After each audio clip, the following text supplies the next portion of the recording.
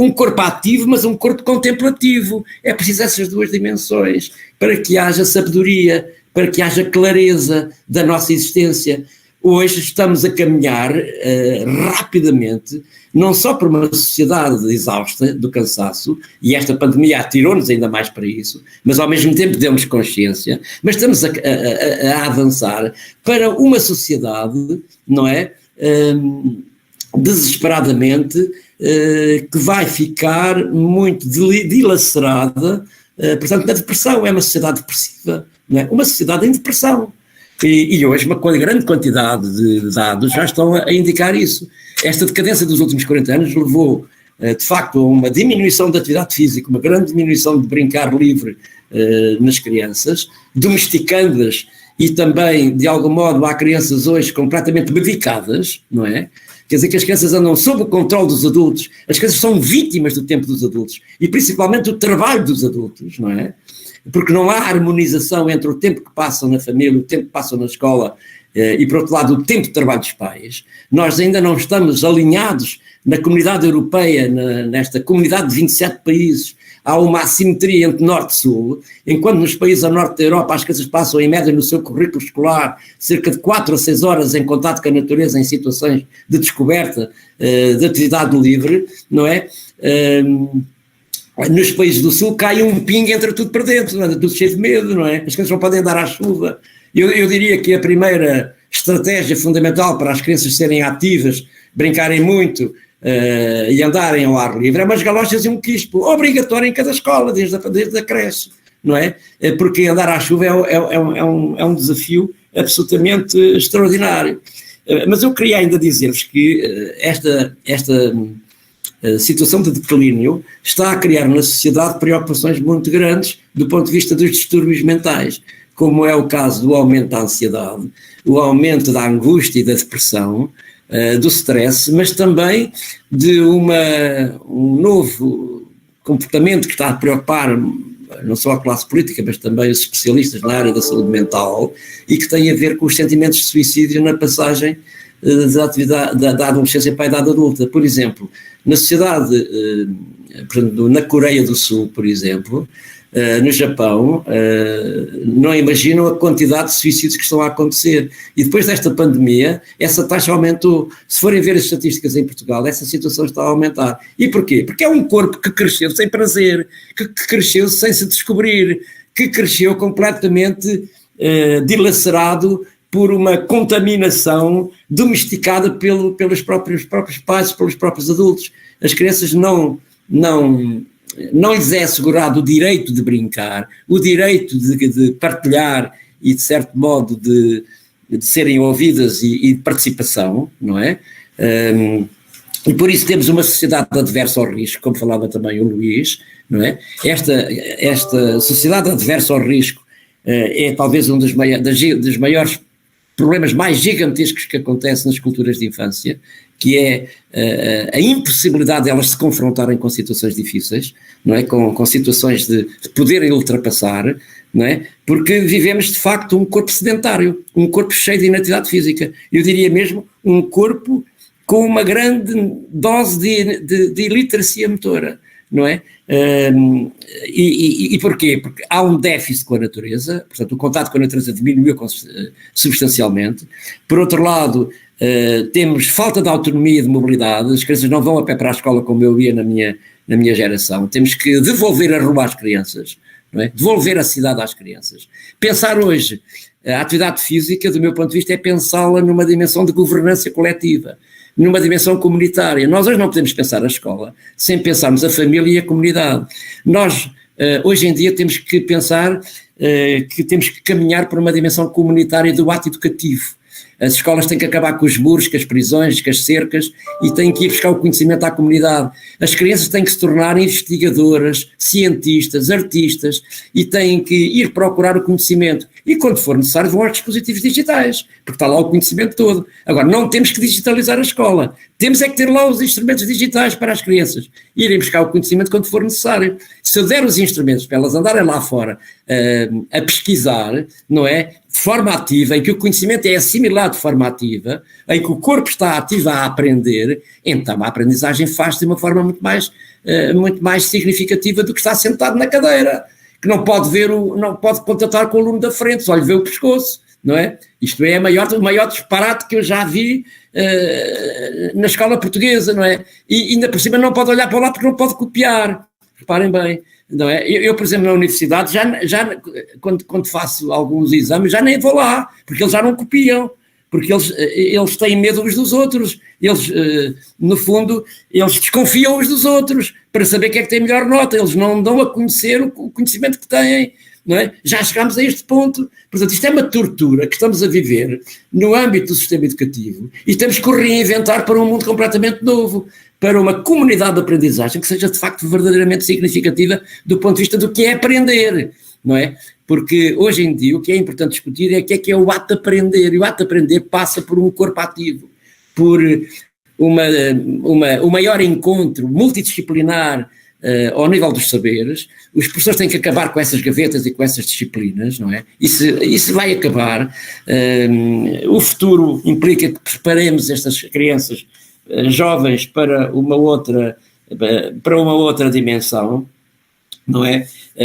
E obviamente que temos que ter políticas públicas, não é? Essas políticas públicas urbanas também são necessárias. Acabar com os automóveis, devolver as ruas, devolver as árvores, a vegetação, maior contato com a natureza, eu diria até maior risco. Atenção que o risco não é só físico, o risco também é emocional, é social e também é afetivo. Portanto, nós hoje temos crianças, ainda ontem estava a trabalhar com os meus meninos dos 3 até aos 10 anos, e em cada classe começam a aparecer crianças que parece que já vêm de outro planeta, quer dizer, porque têm dinâmicas e formas de ser e de estar que nós próprios já não estamos a ser capazes de captar, não é?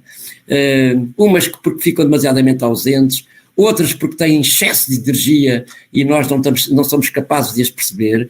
Esta pandemia veio trazer aqui problemas gravíssimos, porque ficaram confinadas, ficaram prisioneiras durante tempo, com aumento de peso, excesso de peso, muitas apareceram com obesidade, com energias descontroladas, com uma energia demasiadamente excitada e sem controle, uma grande regressão numa grande parte das habilidades motoras, crianças que já faziam uma série de habilidades deixaram de fazer, por outro lado uma ausência enorme de socialização, isto é, tem uma necessidade muito grande de estar com os outros. Eu até diria que, pelo amor de Deus, agora que voltamos à escola, deixem as crianças um mês estarem à vontade, aulas livres, aulas para eles socializarem, para eles restaurarem o próprio corpo, porque se o corpo não for restaurado, se essas energias não forem repostas, se essas dinâmicas de prazer interno pelo brincar livre não forem feitas, elas não aprendem, têm sucesso escolar. O Sr. Ministro da Educação devia perceber que não tem que agora estar com aquela visão demasiadamente, eu diria, obsessiva, patológica, de querer que as crianças façam uma recuperação das aprendizagens escolares, quando o corpo está mal, está doente. Portanto, é preciso dizer ao Ministério da Educação que as crianças têm primeiro que restaurar o seu próprio corpo, a sua existência, a sua vivência existencial, para depois a seguir terem capacidade de aprender as coisas mais complexas. Porque se fizerem ao contrário vai haver muito insucesso escolar, não é? Porque foram 2 anos parados. Portanto, não tem nenhum sentido. O corpo tem que ser, como dizia o nosso cardeal Tolentino de Mendonça e o António Damásio, o corpo não pode ser percebido na sua visão cartesiana. Está o corpo para um lado e o espírito para o outro, não é? Ou o cérebro para um lado e o corpo para o outro. O corpo é só um. E, portanto, é um disparate esta concepção que temos de escola, concepção que temos de currículo, concepção que temos de saber, e é preciso dizer que a literacia digital veio para ficar, mas é preciso haver equilíbrio, bom senso, como dizia Freinet, não é? Temos que ter um bom senso na maneira como nos damos a conhecer. A pedagogia é uma vinculação afetiva, uma empatia. Brincar é vincular-se ao outro. É preciso perceber esta dimensão. Porque é que o brincar é tão importante? Porque o brincar não é um comportamento secundário, não é um comportamento, não é lixo. Nestes dias encontrei aqui uma senhora aqui em Miraflores, que estava a fazer uma reportagem para a televisão, e ela vira-se para mim e diz: você que é o tal que publicou agora aí um livro sobre libertem as crianças, você está maluco, você acha que as pessoas vão ouvi-lo? Está tudo maluco. E ela dizia isso. Brincar para esta gente é lixo, dizia ela. Você está aí com tanta preocupação para falar às pessoas que brincar é importante, mas as pessoas não vão ouvi-lo, porque para elas brincar é lixo. E ela tem razão de algum modo, esta senhora tinha razão. Era uma velhinha, e ela dizia: eu sempre brinquei aqui nesta Ribeira de Algés.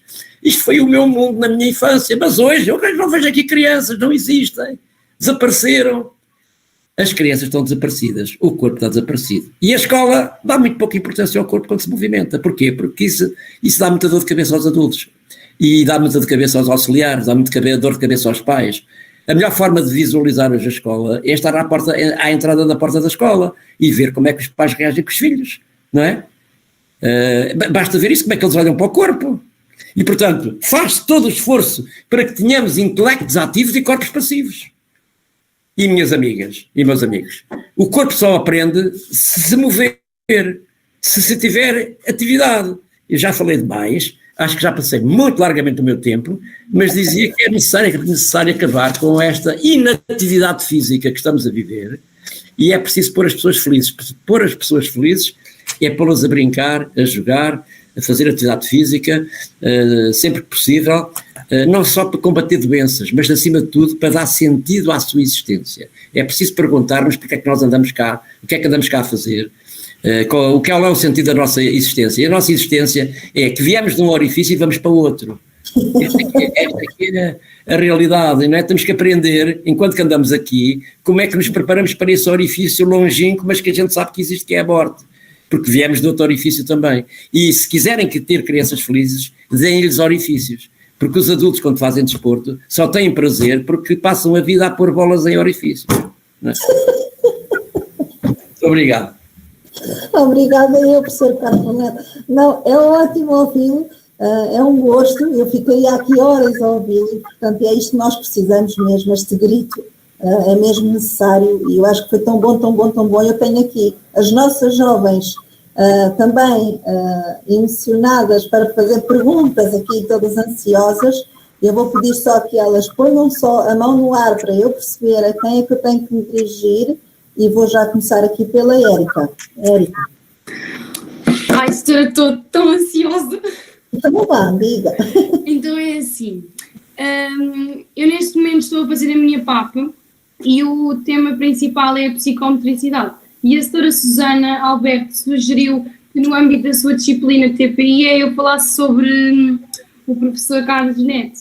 E falta-me aqui uma pequena coisinha para eu concluir a parte de pedagogia, e eu queria falar diretamente consigo e fazer-lhe uma pergunta que é a seguinte: para si, qual é a importância do brincar espontâneo? Do brincar espontâneo. Ok. Mas Luís, não queres dizer nada sobre isto? o Luís vai já dizer que brincava espontâneo. Érica, diz lá, Luís. Não, nada, a pergunta é para si, então eu já falei da minha experiência, o brincar espontâneo foi a minha vida até aos 6 anos.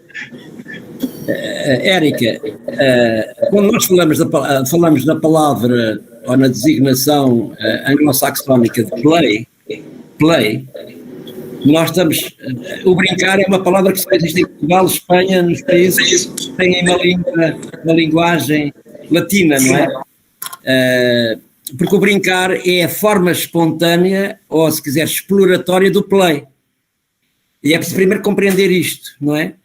Brincar é a forma mais autêntica, intrinsecamente motivada, autodirigida e inata que nós temos de milhões de anos de existência. Todos os animais brincam na infância, nós somos animais humanizados, e a primeira coisa que os bebés, as crianças fazem é, de facto, este brincar espontâneo, autêntico, não é?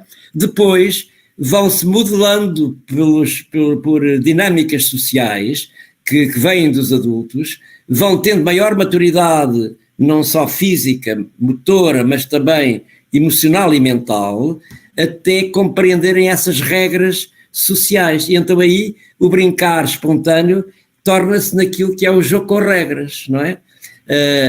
Portanto, é preciso compreender esta transição.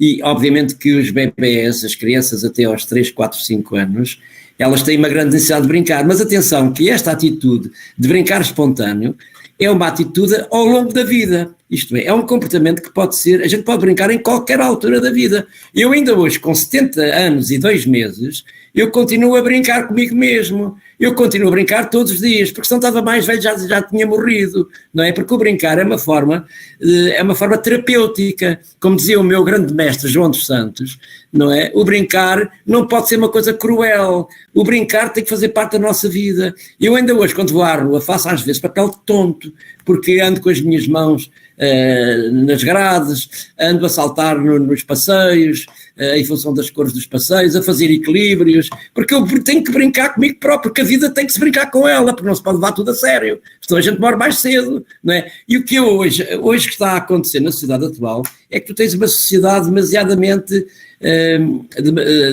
demasiadamente racional, deixa-me dizer-te isto, tens uma sociedade que se automutilou a si mesma, não é? Temos uma sociedade neoliberal que, numa pseudo-democracia, deu todas as condições para que as pessoas se autoescravizassem, não é? E este é o maior drama que estamos a viver, porque nós temos uma exigência tão grande connosco próprios, em relação a sermos produtivos, que deixámos de ser um homem lúdicos, não é? Passámos a ser um homem laboral, não é? Um homem que trabalha exaustivamente, não sabendo para quê, não é?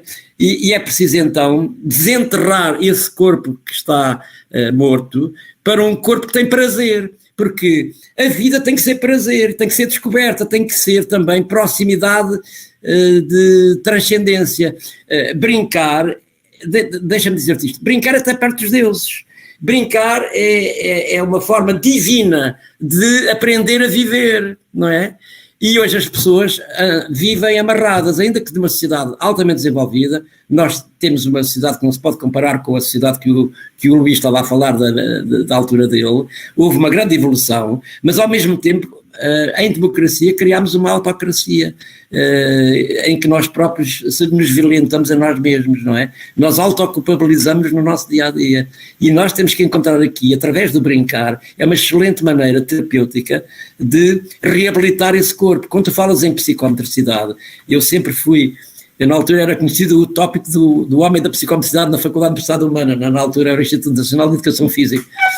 Fui um dos que comecei com esta ideia, mas eu hoje não estou muito de acordo com esta visão da psicomotricidade, da sociomotricidade, e porque é que não há uma cosmomotricidade, não é? Esta ideia de motricidade e psico, ou socio e motricidade, este aforismo não tem grande sentido. Há motricidade, há movimento humano, Human Movement Science, ciências do movimento humano.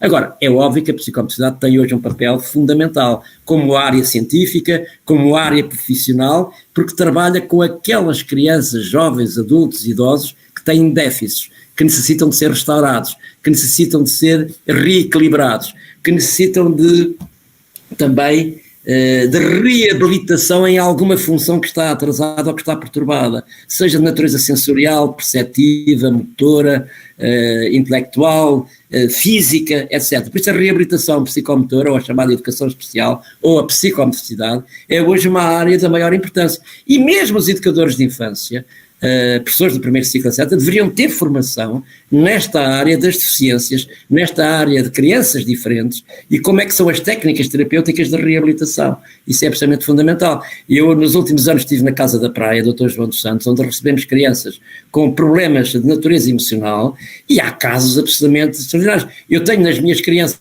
na Cooperativa de Ensino à Torre, ainda hoje, crianças que estão enquadradas nas classes chamadas normais e com perturbações muito sérias e que nós tentamos, portanto, reabilitar. Portanto, é uma área que encontrou a sua identidade profissional. Agora, brincar é o princípio de tudo. Por exemplo, para os nossos colegas de desporto desta escola profissional, eu diria que não esqueçam o brincar, porque não queiram fazer logo campeões. aos 6 anos e aos 7 anos, não querem ser Ronaldinhos e Messis logo aos 6, 7 anos de idade. São disparates. A especialização precoce é um dos maiores disparates. Deixem as crianças brincar livremente. Quando o Luís falava que jogava futebol, ele não jogava futebol, ele jogava à bola, é uma coisa diferente. Jogar futebol e jogar à bola são coisas diferentes. Ele jogava com o pai à bola. E é preciso irmos todos para a rua, fazer balizas com pedras ou com a nossa própria roupa, não é? E fazer os jogos de jogar à bola, não jogar futebol. Porque nós estamos a ser demasiadamente colonizados por dinâmicas que procuram a industrialização do brincar, a industrialização do jogo e do desporto, que é, ainda agora estive a ler um artigo da Noruega, na Noruega eles têm o desporto para a vida, isto é, não há competições até aos 12 anos, não há competições, há jogos entre as crianças, entre os jovens, mas o mais importante é que eles tenham todos os dias atividade física, possam esquiar, possam subir montanhas, possam andar lá fora, vai o pai, vai a mãe, vai o tio, vai o avô, vai as crianças, vão buscá-los à escola e anda tudo na natureza. Em Portugal, com um país deste maravilhoso, cheio de sol, está tudo fechado, está tudo isolado, cai um pico, entra tudo para dentro com medo. Mas que raio de país é este, que foi um país de aventureiros, estamos anestesiados, nós temos que procurar o nosso ADN para salvarmos o mundo, eu acredito nisto.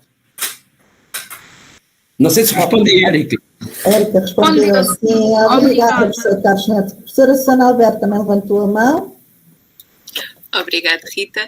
Obrigado, Luís. Obrigado, professor Carlos Neto. É sempre um gosto ouvir-vos. Eu tenho uma questão para ambos. Portanto, tenho duas questões. A atividade física relaciona-se, de facto, com tudo na vida. Eu, tanto para o Luís, que falou um pouquinho da sua experiência profissional, eu gostava de saber se ao longo do teu trabalho, desculpa Luís, vou tratar-te por tu, se ao longo do teu trabalho com as crianças, tu também sentiste, e como é que agiste se isso aconteceu, com uma questão que eu pelo menos tenho essa experiência na prática e até algumas alunas que estão aqui presentes, até situações de observação em estágios. Da questão de género estar associada ao desporto, ou seja, de haver modalidades para meninos e para meninas. Se alguma vez sentiste isso e como é que atuaste? E depois para o professor Carlos Neto, eu gostava de ouvir um pouquinho sobre uma questão que é muito presente também nas práticas que temos e que observamos, que é a questão da atividade física associada ao brincar às lutas e que é altamente censurada tanto pela parte dos pais como pela parte dos próprios profissionais e das entidades. E isto é um bocadinho fundamental. Gostava de ouvir. Obrigada aos dois. Ok, já começo eu agora, professora? Claro. Só te dei uma nota, o que eu não me diverti às lutas, na altura, de espadas. Isso era uma coisa espetacular. Tínhamos espadas, tínhamos paus, mas isso era espetacular. Diverti-me imenso. Ainda tenho essa memória bem presente de brincar com as espadas. Bom, é assim, na verdade, eu acho que todas as questões ligadas ao estereótipo de género ou a outros estereótipos, eu tentava sempre desconstruir no jardim de infância. Portanto, nós não tínhamos coisas para meninos e para meninas em nenhuma circunstância. Nada. As casas de banho eram as mesmas, portanto não havia casas de banho para meninos e para meninas, portanto não havia nada para meninos e para meninas, era tudo para todos. Não é? As únicas pessoas que tinham espaços específicos, exclusivamente na casa de banho, que era a mesma casa de banho, também era para homens e para mulheres. Não tínhamos uma casa de banho para homens e outra para mulheres. Portanto, só havia uma no jardim de infância. Portanto, essa desconstrução faz-se em todas as situações do dia-a-dia do jardim de infância. Portanto, ou seja, não havendo nunca nada específico para meninos e para meninas, por natureza, nunca o estereótipo logo por natureza, naquilo que tem a ver com a dinâmica do jardim de infância, portanto, era logo desconstruído por natureza. Depois, o que está muitas vezes ligado à atividade física, e sim, muitas vezes está ligado é que a atividade física, isso era na minha infância, por exemplo. Uma das razões porque eu acho que a atividade física não é muito presente nos jardins de infância atualmente, tem a ver com o facto de só haver praticamente educadoras de infância, que são todas mais ou menos da minha idade, não é? Nos 50 e tais, e quando essas educadoras, na sua infância, que foi na mesma altura que eu, nos anos 60, não era suposto as mulheres terem atividade física. As meninas não tinham atividade física. Não davam a subir árvores, não jogavam futebol, ou jogavam à bola, que é a expressão correta. Não havia nada que tivesse, não havia movimento associado ao mundo feminino. Porque esse estereótipo era muito presente e era muito pesado, digamos assim, e tinha muito uma transmissão logo na família, não é? Portanto, as meninas eram educadas para brincar com bonecas, para estarem em casa, para cuidar dos maridos, para cuidar das lides da casa, aprenderem as lides domésticas e aquilo que tudo estava associado à costura, portanto, à roupa, essas coisas todas, não é? E estava longe esse mundo, longe do universo masculino. Portanto, eu nunca aprendi. Eu, por acaso, as coisas que aprendi era porque a minha família era diferente, os meus pais eram os 2 professores, e, portanto, esse estereótipo era desconstruído, não é? Eu fazia a minha cama e tal. Pronto, tinha atividades normalmente associadas ao mundo feminino, eu tinha-as tive-as na minha infância, mas não era assim que acontecia na realidade. Portanto, o que é que acontece? O que nós sabemos, mas isso também é muito interessante, do ponto de vista, por exemplo, da atividade física, do ponto de vista do desenvolvimento motor, o desenvolvimento das pessoas e das crianças está muito ligado àquilo que são, em algumas dimensões, que têm a ver, por exemplo, com as questões maturacionais do ponto de vista motor, muitas vezes estão ligadas àquilo que são questões genéticas. Por exemplo, uma criança que é filha de pais que são os 2 de baixa estatura, em princípio não vai ser uma criança alta, não é? Portanto, há sempre alguma transmissão genética que condiciona alguns aspectos, mais a este nível até. Mas, na verdade, aquilo que nós sabemos, o desenvolvimento está sempre ligado às questões das experiências de aprendizagem e do ponto de vista motor também.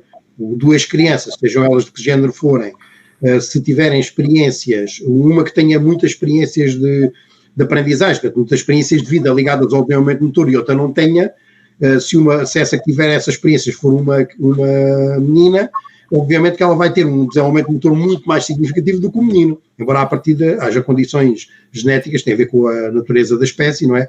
Em que o macho, digamos assim, tem mais competências motoras do que tem a fêmea, nos mamíferos, de uma forma geral. Nem todos, de uma forma geral. Mas fora isso, aquilo que nós temos de desconstruir é sempre, não há coisas para meninos e para meninas, e nós sabemos, quando estávamos nas atividades, por exemplo, que eram mais orientadas por mim, e não só, havia meninas que faziam coisas muito mais complexas do que alguns meninos eram capazes de fazer.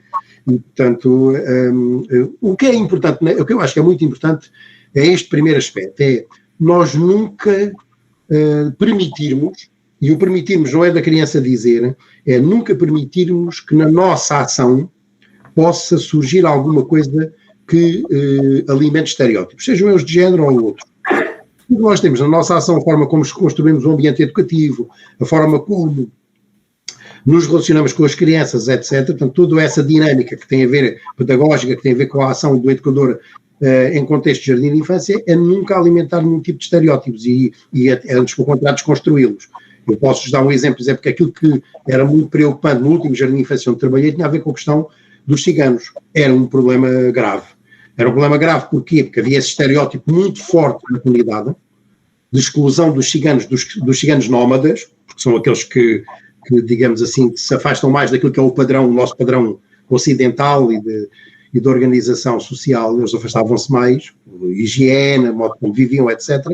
E isso era um problema. Eu não tive problemas eu, porque tenho a minha história de vida e, portanto, era muito respeitado na comunidade e, portanto, não tinha problemas, mas foi uma situação difícil porque eu tive que estar sistematicamente a desconstruir esse estereótipo. Portanto, eu acho que essas coisas é muito da nossa ação, nunca valorizarmos nada no jardim de infância e ao não valorizarmos, e cada vez que houver uma situação de estereótipo, conversarmos com as crianças é muito importante, discutirmos essas questões e, naturalmente, isso é uma questão que acaba por não ter eco, portanto, não é alimentada. Cara Susana, eu acho que a sua pergunta é absolutamente pertinente e ainda mais nos tempos que estamos a viver hoje no contexto escolar. Como sabemos, o o chamado Rough and Tumble, que é uma categoria do brincar que tem sido estudado ao longo de mais de 40 anos. Nós fizemos também na Faculdade de Humana vários estudos sobre esta matéria. A Amália Rebou, que trabalhou no Instituto portanto, Piaget, e que fez estudos comigo sobre esta matéria. O Rough and Tumble é uma das categorias mais nobres do brincar, mais nobres da vida humana, que é, de facto, baseado no sentido de que nós somos animais humanizados, que temos uma memória e uma consciência ancestral de caçadores-recoletores, e, portanto, significa que o perseguir e ser perseguido é uma manifestação que as crianças têm na infância com um sentido biológico e também simbólico muito forte.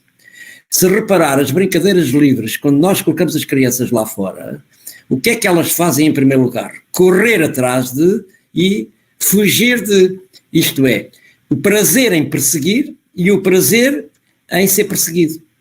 Normalmente os adultos gostam de perseguir e apanhar, e as crianças gostam de fugir e não ser apanhadas. Isso é muito interessante.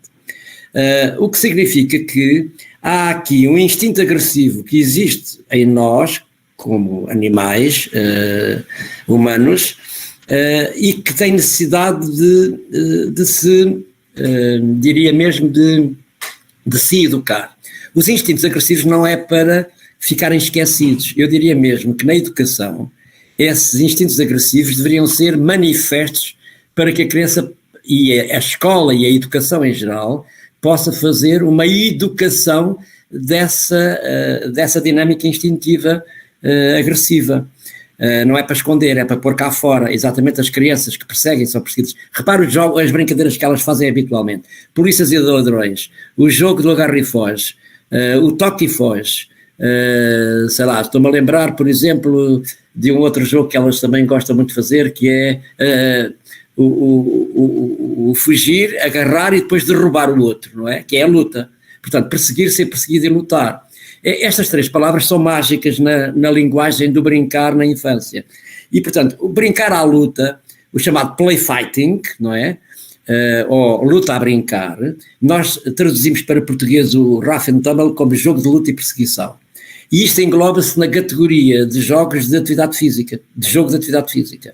Porque todos os animais têm necessidade de fazer isso. Se você reparar, nas reportagens da BBC ou da National Geographic, você vê imensos investigadores a estudar o comportamento animal e a estudar estes comportamentos na infância de brincar às lutas, porque é uma forma de preparação para a vida adulta.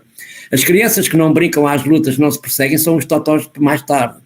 São completamente imaturas, porque elas têm que perceber o que é o contato físico, têm que perceber o que é o agarrar, o que é o derrubar, mas fazem-no de uma forma quase instintiva, espontânea, e não o fazem por mal, fazem por necessidade biológica de milhões de anos de existência e que está nas nossas memórias, neste cérebro mais primitivo, não é? E isso é necessário que demos oportunidades de espaço e de tempo para que as crianças possam fazer isso. O que é que se criou na sociedade portuguesa, principalmente?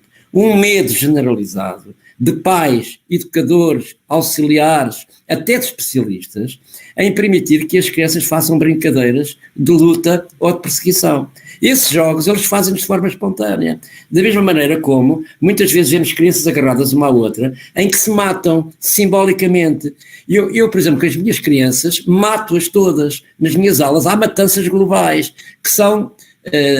simbolicamente falando, são formas de elas simbolizarem e terem mais consciência de fair play, de terem mais valores, de conseguirem ter mais capacidade de compreensão do outro. Quanto melhor eu lutar com o outro, numa forma a brincar, melhor eu simbolizo o que é a morte, porque as crianças vão fazendo pequenos rituais para se prepararem para a morte.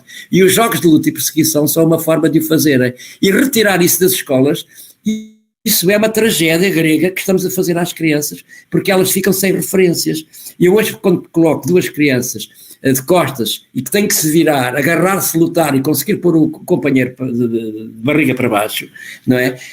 Há 40 anos elas faziam isto com entusiasmo enorme, e hoje, quando as ponho nesta atitude, elas ficam quietas a olhar uma para a outra.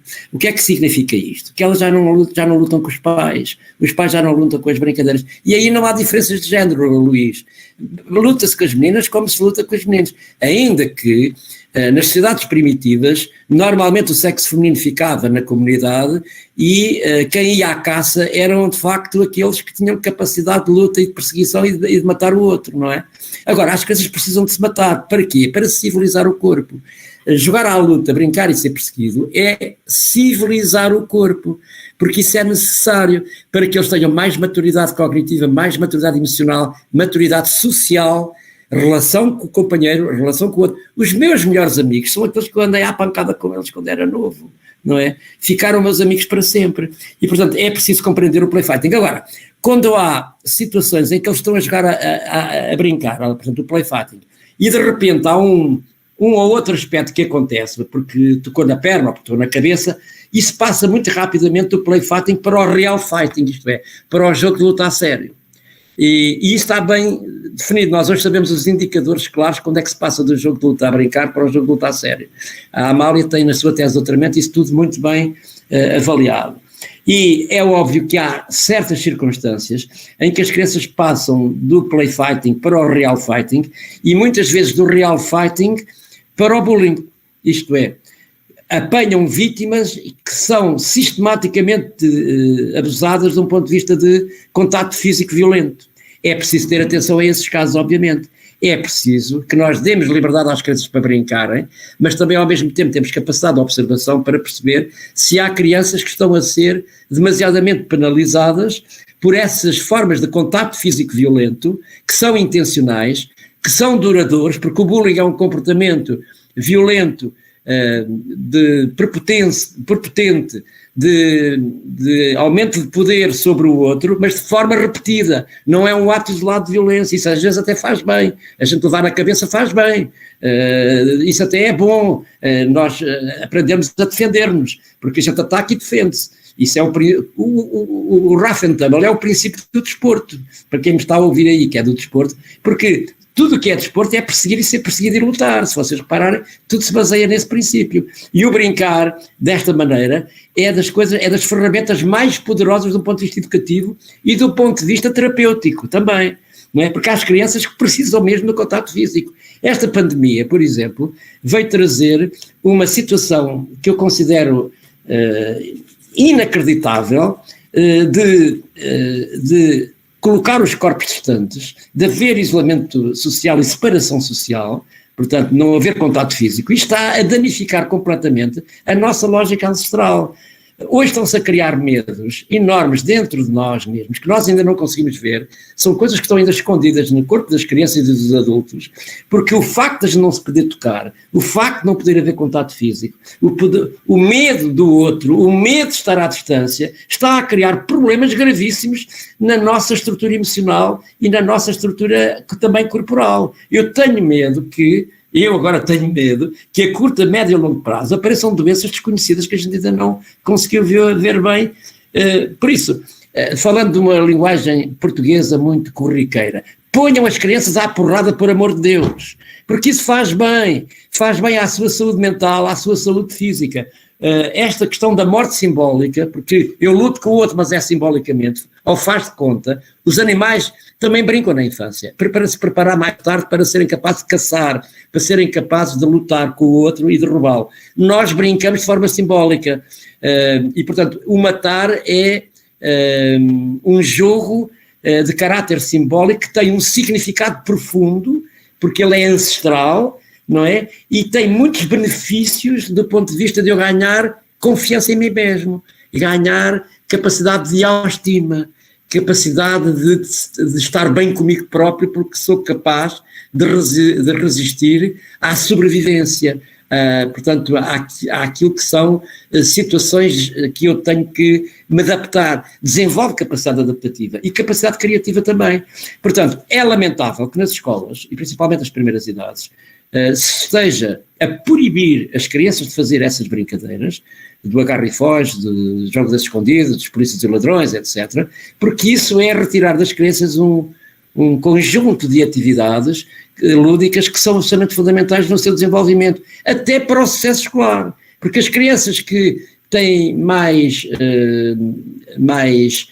capacidade soberba de habitar dentro do seu próprio corpo com segurança, não é? Porque a gente costuma dizer assim, bem, mas isso é muito inseguro. Não, as coisas têm que ganhar segurança, é a partir daí, é com o risco, porque o jogo da luta é um jogo de risco e elas têm que aprender a cair. A gente não aprendeu a andar aos 12 meses, que é uma aprendizagem motora notável, com 12 meses pormos o corpo de pé em 2 patas, não é? Foi uma conquista notável. Também temos que andar à luta, porque andar à luta é sobreviver. E nós hoje com esta pandemia estamos num estado mental de sociedade de sobrevivência. Se a gente retirar estas brincadeiras das lutas, em casa com os pais e na escola, então estamos a cometer um erro dramático. E eu até diria, para terminar, dizendo que seria necessário que fizéssemos formação parental o mais rápido possível, fazer formação dos educadores de infância, dos técnicos de desporto, dos animadores e também dos auxiliares de educação, para que não proíbam, para que não andem a danificar essas culturas lúdicas de infância, porque elas são fundamentais. Subir uma árvore é tão importante como andar à luta.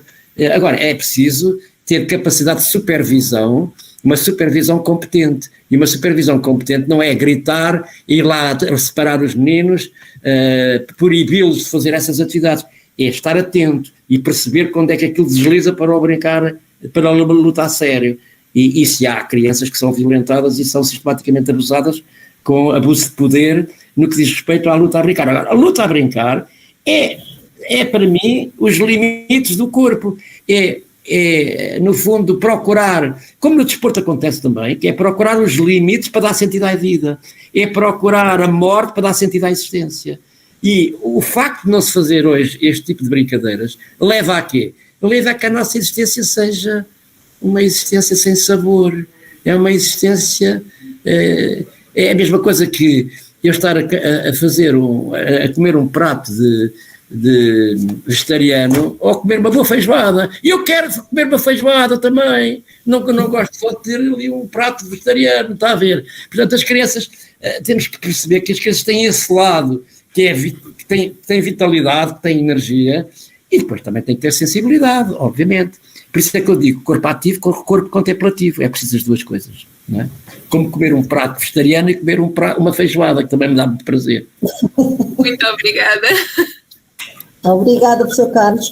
E agora, vamos aqui, estamos também ansiosos para ouvir a Cláudia e a Catarina, que já estão aqui prontinhas, já desde o início. Muito obrigada, mais uma vez. E também tem aqui algo para nos transmitir, que eu estou muito curiosa.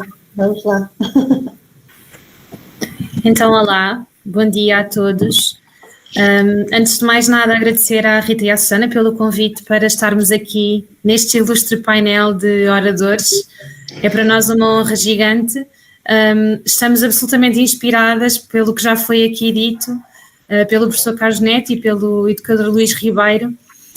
E o nosso conselho para todas as pessoas que estão aqui a ouvir é que se deixem também inspirar e que façam com que esta inspiração vos acompanhe durante toda a vossa vida profissional futura, porque eventualmente a nossa ambição é de que um dia não tenhamos mais que falar sobre este assunto, não é? Que esta urgência do brincar seja tão senso comum quanto é a não violência, por exemplo, ou os cuidados de higiene básicos das crianças, mas enquanto não chegamos lá é importante que isto tudo seja reforçado e falado.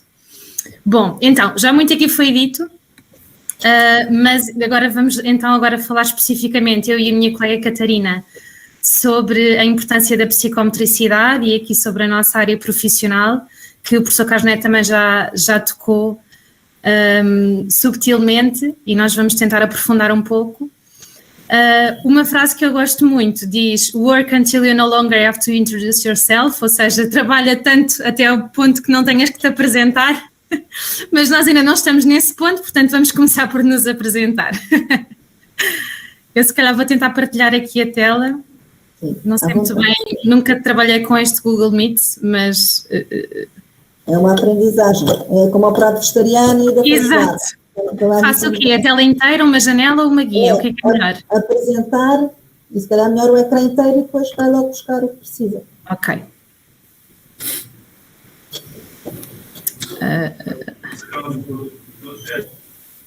Ok, não é aqui.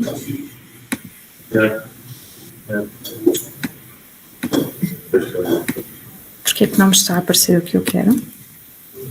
Desculpem. Faz mal. Catarina, queres ir falando qualquer coisa? Vai-te apresentando. Olá, eu sou a Catarina, também sou uma das psicometricistas da Terra das Crianças e pronto, nós organizámos aqui, estruturámos uma pequena apresentação, também para tornar isto tudo um bocadinho mais visual. Também prometemos algum movimento, porque acho, principalmente depois da discussão aqui do professor Carlos Neto, ficámos todos, eu senti-me cheia de adrenalina, só me apetecia levantar e começar a imitar macacos e elefantes e girafas. E pronto. Também não é biológico, também é psicológico. Não percebi, desculpe. A adrenalina não é só um fenómeno biológico, também é simbólico e também é mental. É verdade. Já estás a conseguir, Cláudia? Já estou a conseguir. Ok, eu podia tentar também, mas eu não tenho o PowerPoint completo. Pronto, estou a conseguir ver? Tá, sim, Cláudia, Ok. sim, à vontade. Muito bem. Boa. Agora ponha só no modo de apresentação. Sim, para as pessoas não verem os nossos comentários. Ah, já pus, mas vocês não estão a ver. F5, se calhar. Pá. Ah, então esperem, desculpem. Isto não era suposto. Não faz mal, estamos sempre a aprender. Ok, aqui já está. E agora vou aqui. Já estou a perceber. Já está, tá? Sim ou não? Ainda não está no modo de apresentação? Já está. Já Ok, está no modo de boa. apresentação, muito bem. Já podes. Há aqui uma desvantagem que é, eu quando estou a fazer isto não vos vejo, Sim. portanto eu vou interromper aqui a certa altura, está bem? Depois Tá bem, volto a tá bem. partilhar. Sim. Então vamos lá. Vamos aqui falar sobre a nossa psicometricidade, mas antes de mais nada... Ok, consegui mexer. Antes de mais nada, acho que o melhor é começarmos a brincar, concordam? Eu já estou Então, a Catarina se calhar pode fazer a apresentação e eu vou preparando aqui o set. Claro que sim, porque nós, na Terra das Crianças, no nosso dia-a-dia, nós temos uma grande sorte. Eu acho que nós, desde que nascemos, ainda não paramos de brincar. Portanto, todo o nosso dia é isto, o brincar. E é isto que nós também levamos às crianças com quem trabalhamos todos os dias e aos adultos e também aos pais das crianças, porque depois das aulas, das nossas aulas, que são as aulas da Terra do Nunca, nós recebemos feedbacks de pais que nos dizem: ai Catarina, agora o meu filho chega à sala e passa a vida a desarrumar a sala toda, faz percursos com almofadas, sobe aos sofás, atira coisas pelos ares e eles às vezes ficam um bocadinho incomodados, mas há outros pais que acabam por ser incentivados com isto e acabam por ir atrás deles e achar imensa graça e é importante também nós envolvermos não só as crianças em todas as suas dimensões, como também a família, como também a escola. É esta a nossa missão e é isto que hoje também queremos trazer-vos para vocês. E então vamos lá começar a brincar. Este primeiro brincar vai ser um brincar assim um bocadinho mais estruturado, com mais intencionalidade. A Cláudia vai fazer uma dinâmica, tem uma proposta para vocês, mas atenção, não deixem de estar só atentos à Cláudia, porque eu vou ter aqui algo que também vos vai atrair a atenção e que depois vos vou fazer questões sobre o assunto. Podemos? Estás pronta, Cláudia? Vamos embora. Olha, Cláudia, mas não está a apresentar nada, é para apresentar alguma coisa? Não, agora não, agora não. E agora não é suposto. Agora tenho que todos pôr os vossos binóculos Vamos pôr no e estarem super atentos ao que vai acontecer.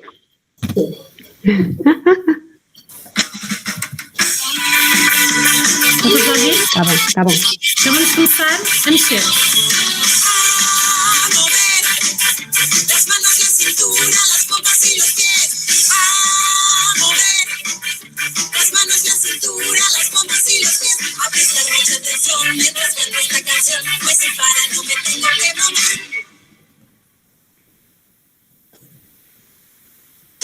A mover. Las manos, la cintura, las pompas y los pies. A mover. Oye, chico, muévete. Las manos, la cintura, las pompas y los pies. A prestar mucha atención mientras canto esta canción.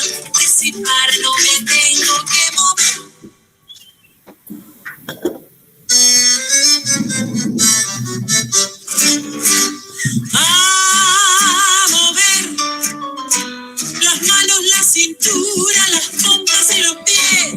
a mover las manos, la cintura, las pompas y los pies, a prestar mucha atención, che, mientras canto esta canción, pues si para, no me tengo que mover. A mover las manos, la cintura, las pompas y los pies, a mover las manos, la cintura, las pompas y los pies, a prestar mucha atención mientras canto esta canción, pues si para, no me tengo que mover. A mover las manos, la cintura, las pompas y los pies, a mover las manos, la cintura, las pompas y los pies, a prestar mucha atención mientras canto esta canción, pues si para, no me tengo que mover.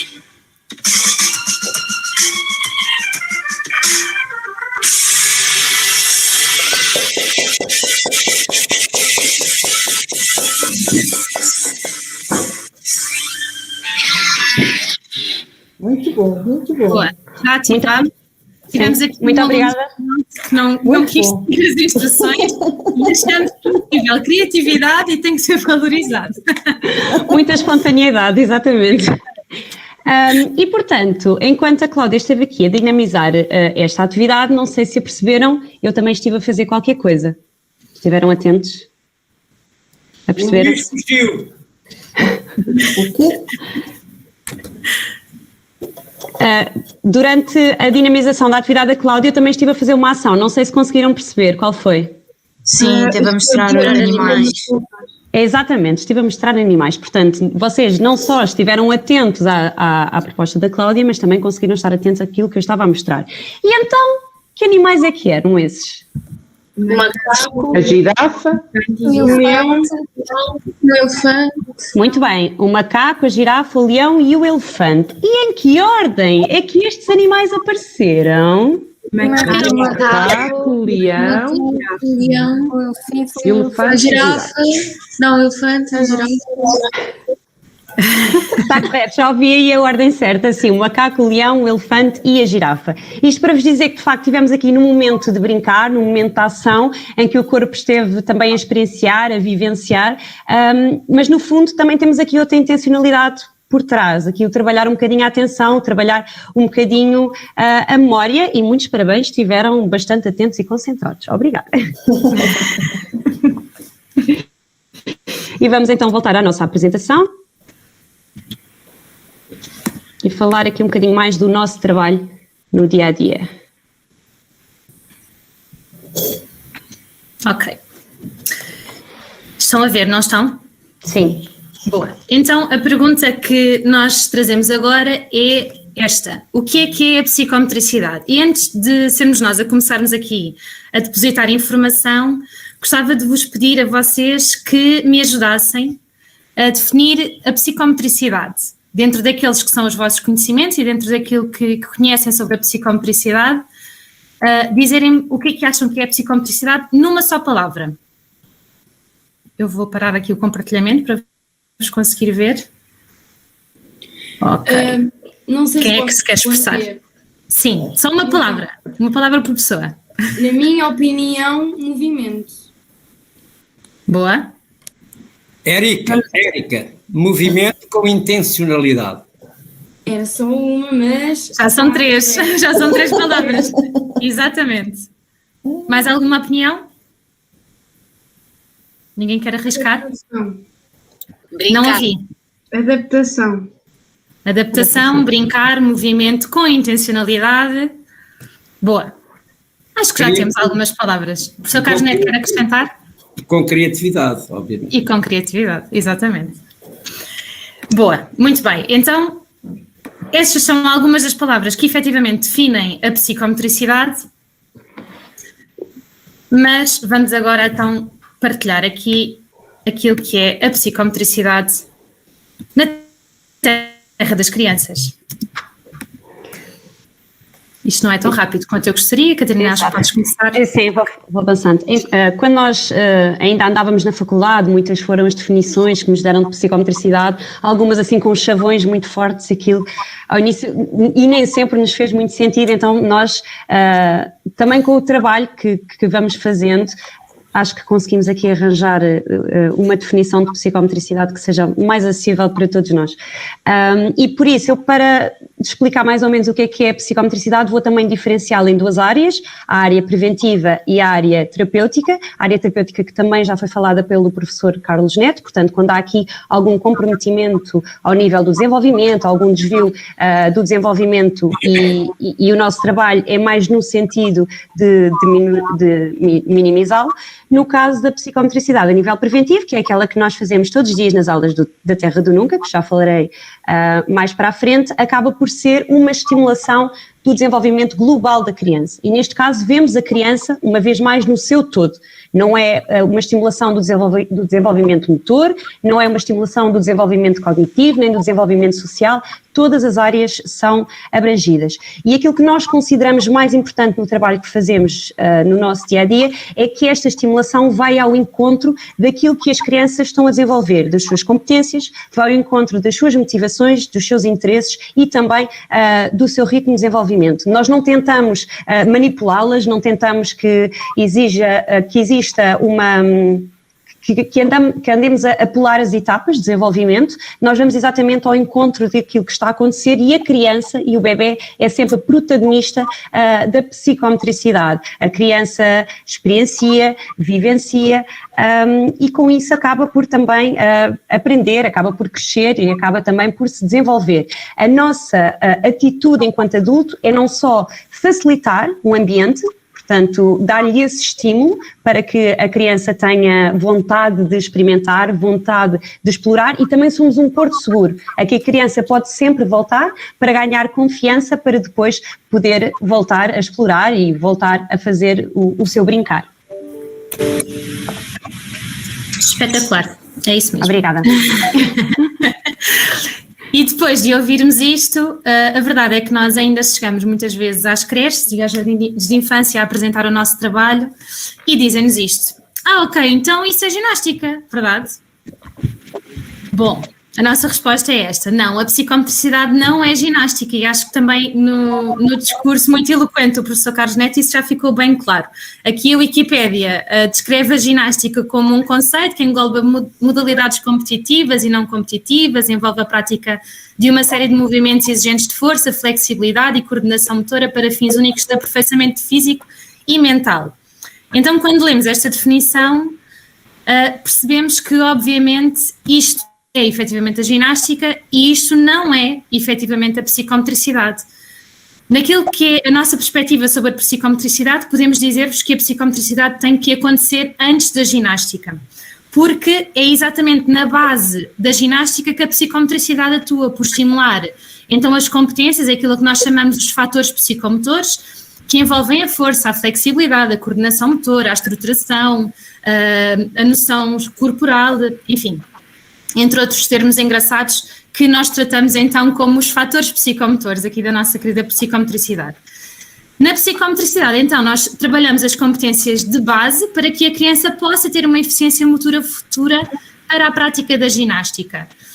Complementámo-la com as competências cognitivas, emocionais e da relação, por isso é que o professor Carlos Neto estava a dizer e bem aqui que o termo psicometricidade acaba por ser redutor daquilo que nós fazemos, não é? Porque na psicometricidade não está só envolvido o psíquico e o motor, também está envolvido o emocional, o cognitivo, a relação, a interação, os interesses das crianças, a sua motivação, e é quase uma receita mágica, isto tudo junto, que envolve todo o desenvolvimento global da criança e estimula, como a Catarina já disse bem, no seu todo, na sua globalidade e não apenas nos componentes físicas e motoras. Espero que tenham conseguido aqui perceber a diferença entre a psicometricidade e a ginástica, que é algo que para nós é muito importante e cada vez mais.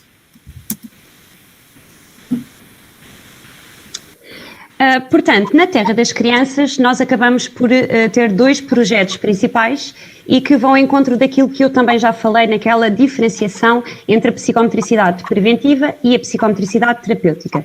Numa situação em que a criança realmente tem uma dificuldade, mesmo ainda não tendo um diagnóstico formal, nós trabalhamos de 1 para 1, portanto, através da terapia psicomotora. Na situação em que nós trabalhamos em escolas para o grupo turma e, portanto, nesta vertente de psicometricidade preventiva, bem-vindos às aulas da Terra do Nunca. Portanto, a Terra do Nunca é um projeto de atividades que acontece em creches e jardins de infância. Trabalhamos com os bebés desde que eles entram no berçário até quando eles vão para o primeiro ciclo. E a Terra do Nunca já era um sonho nosso ainda antes da Terra das Crianças ser criada. E porquê? Porque nós já tínhamos alguma experiência de trabalho em creches e jardins de infância e o que nos apercebíamos era que, às vezes, por situações socioeconómicas, as crianças ou só conseguiam participar na aula de música, ou só conseguiam participar numa aula de ginástica, ou só conseguiam participar, por exemplo, numa aula de yoga. E então nós tentámos criar um programa, uma aula que incluísse vários estímulos, que incluísse várias valências e que permitisse levar várias experiências também a estas crianças. E, portanto, a aula da Terra do Nunca inclui sempre como base a psicometricidade e o brincar, inclui também expressão musical, movimento criativo e ainda atividades de retorno à calma ou de relaxação. E esta atividade é direcionada para o grupo turma e inclui todas as crianças dessa turma, independentemente se têm um desenvolvimento dito normativo ou não. Todas são abrangidas e isto é realmente aquilo que nos move. Nós queremos chegar a todas as crianças. Pronto, e... Desculpa, vou só dizer mais uma coisinha, está bem? Deixas? Claro. E o nosso programa está estruturado de acordo com a faixa etária das crianças e com as competências e interesses que também têm, com as competências, desculpem, que eles se encontram a desenvolver. Por exemplo, numa sala de berçário, nós não estamos focadas minimamente que eles aprendam a gatinhar ou que eles aprendam a andar, não.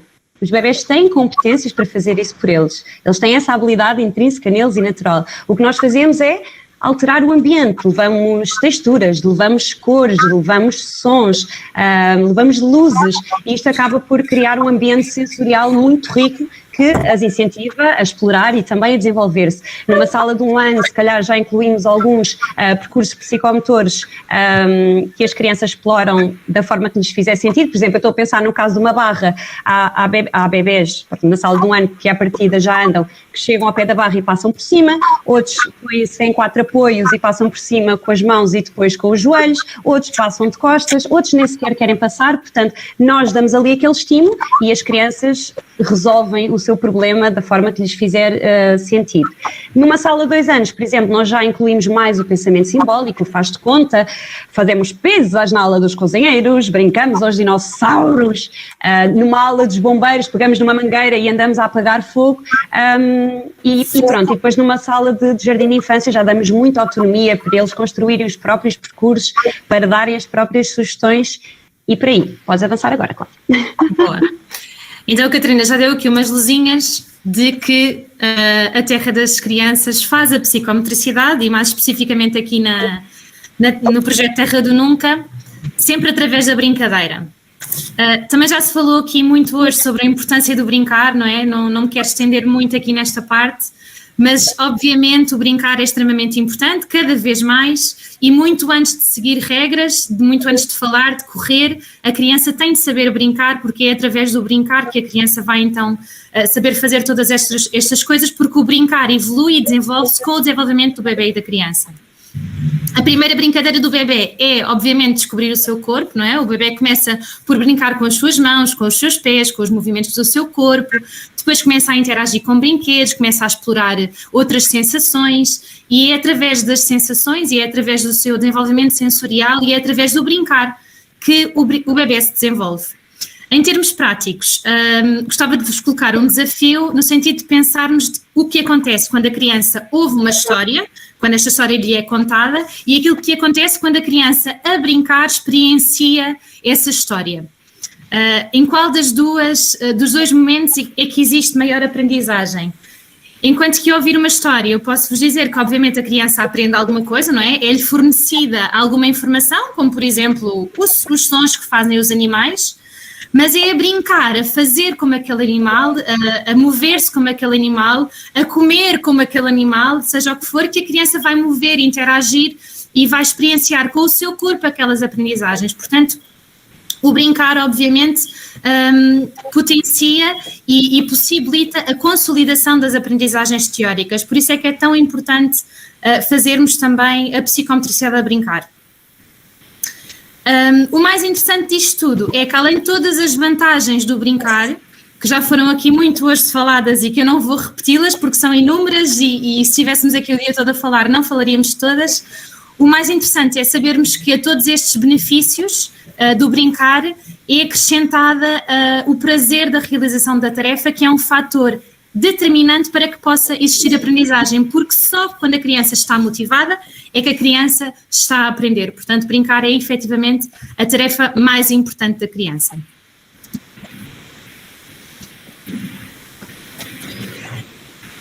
E agora, agora vou tentar ver se vocês estão atentos. Quem me está a ouvir pode fazer um chapéu de bruxa. Quem me está a ouvir pode fazer umas orelhas de elefante. Há aí umas orelhas assim um bocadinho estranhas. Quem me está a ouvir pode pôr as mãos nos ombros. Agora foi um bocadinho melhor. Boa. Estavam todos concentrados. E agora vamos apresentar-vos assim 2 vídeos muito curtinhos que correspondem a 2 adultos, neste caso eu e a minha colega Mónica, que hoje não está aqui presente, a apresentarem 2 percursos psicomotores. E nós queremos aqui criar um momento de reflexão, que vocês possam observar a forma como estes adultos falam, que estratégias utilizam para cativar a atenção e também qual é a postura deles durante estes momentos. Podes colocar, Cláudio. Esta sou eu.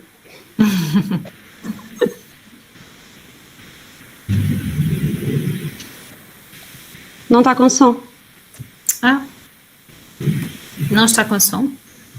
Espera.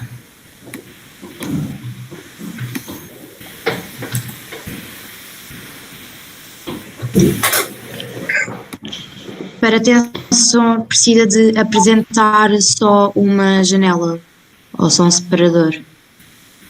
Ok. Consegues? É que senão eu crio já aqui um percurso psicomotor e faço. Para não perdermos mais tempo.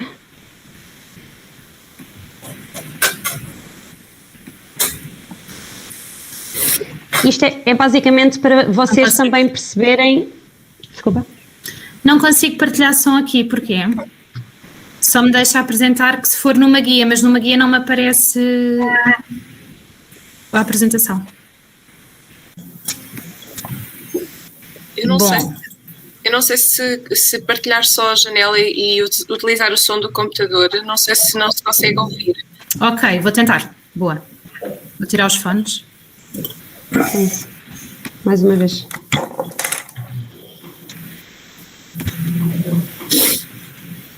Confirmem-me só que estão a ouvir, por favor. Vamos então dar início ao curso psicomotor. Eu já montei o percurso, como vocês... E agora é a vossa vez de o fazerem. Mas antes eu vou explicar o que é que vão fazer em cada um dos obstáculos. Pode ser? Estão atentos? Muito bem. Então, nos pés azuis vão pôr um pé em cima de cada um dos pés azuis para ultrapassar este obstáculo. Depois vão subir as ilhas e saltar e vão passar por cima das bolas amarelas. Lá no fundo está um túnel, conseguem ver? Um túnel verde e vão passar por dentro. Nos arcos vão saltar com os 2 pés para a frente e, para terminar, vão passar por cima destes 2 obstáculos, um pé de cada vez. E agora é a vossa vez. Vamos começar o percurso. 1, 2, 3, vamos brincar. Outra vez. Muito animada, Catarina. Um pequeno robô.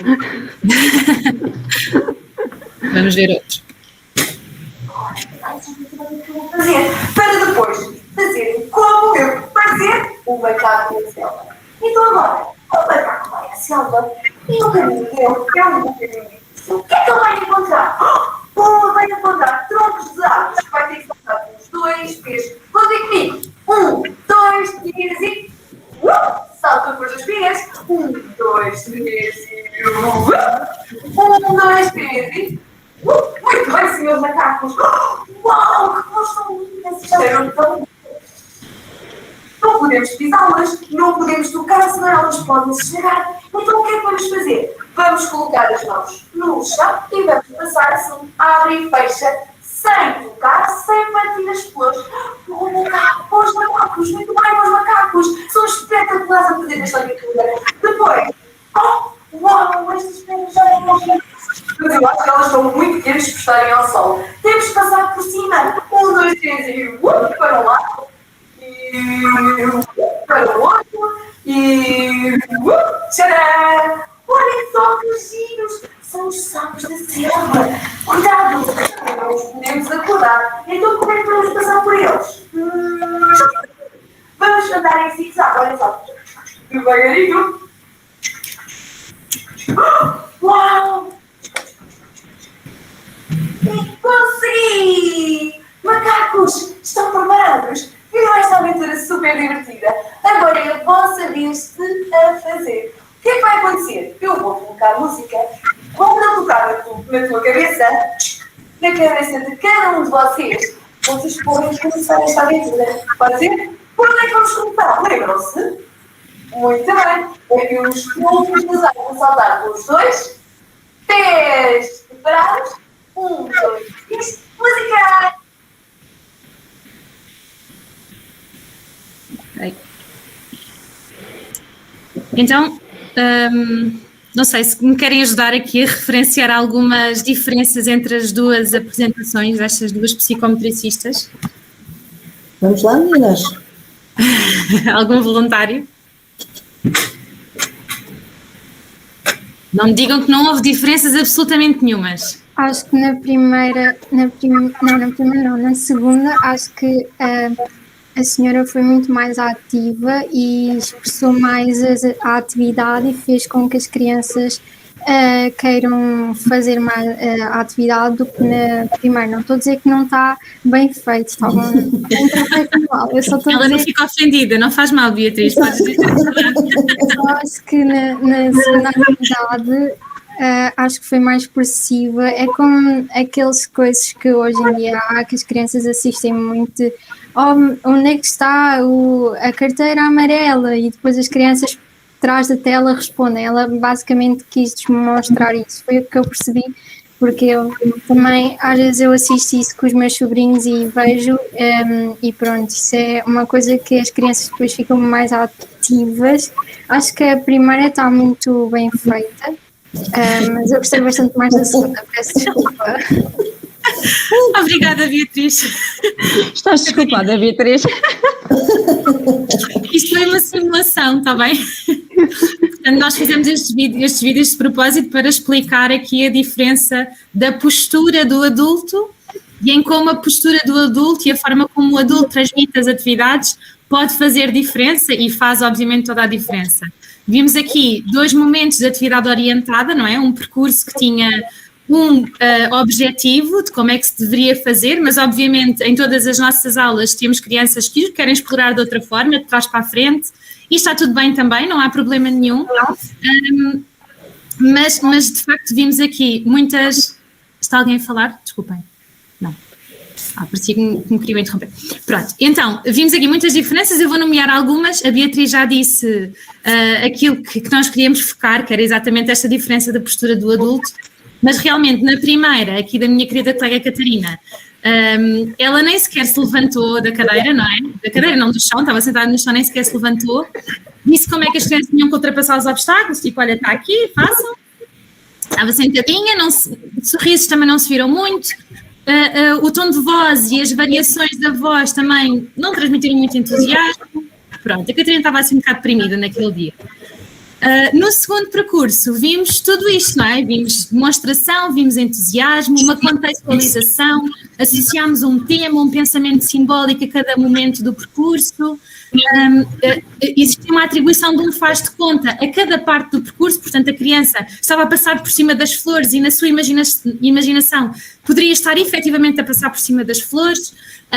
E é isto que nós queremos nas nossas sessões de psicomotricidade, é levar a criança para um mundo de fantasia e que ela experiencie então com o seu corpo e com as suas vivências corporais estas possibilidades de exploração que a nossa imaginação nos possibilita e que nem sempre o dia-a-dia nos possibilita, não é? Porque não vivemos na selva e não sabemos se algum dia lá iremos, mas na nossa imaginação isso é possível, portanto é isso que nós queremos transmitir às nossas crianças e possibilitar-lhes esta exploração com o seu corpo nestes momentos de percurso psicomotor e nos outros momentos de aula.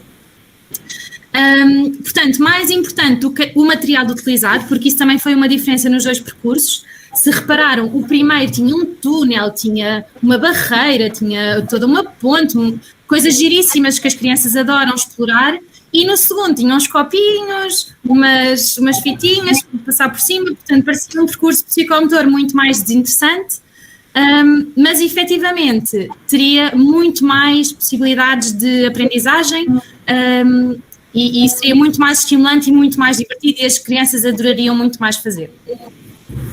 Concordam comigo? Espero que sim. É da maneira que a senhora expressou. Ela expressou a primeira senhora, ela não expressou tão bem quanto a segunda. Ela tinha um percurso mais divertido, sim, isso é verdade, mas ela não expressou assim tão bem quanto tão bem quanto a segunda.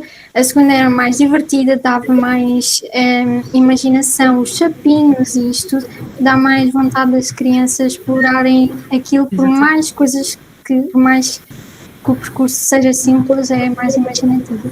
É isso mesmo. Obrigada, Beatriz, pela tua contribuição. E agora, vamos voltar a comunicar, não é, Catarina? Desculpa, Márcia, queres dizer? Eu só ia dizer que quando a motivação e a interação com as crianças, com o adulto com as crianças, é mais. Quando eles mostram mais motivação, quando eles interagem mais com as crianças também vão interagir de uma maneira diferente com a atividade proposta. E quando isso não acontece, mesmo tendo materiais mais apelativos, as crianças não vão ser tão interativas quanto na segunda atividade, que tinha materiais mais menos interativos, uma imaginação maior, então as crianças divertirem-se mais. É exatamente isso. Era exatamente isso que nós queríamos transmitir e fico contente que a mensagem tenha passado. Então agora, vamos a mais um momento de brincadeira, Catarina? Sim, senhora.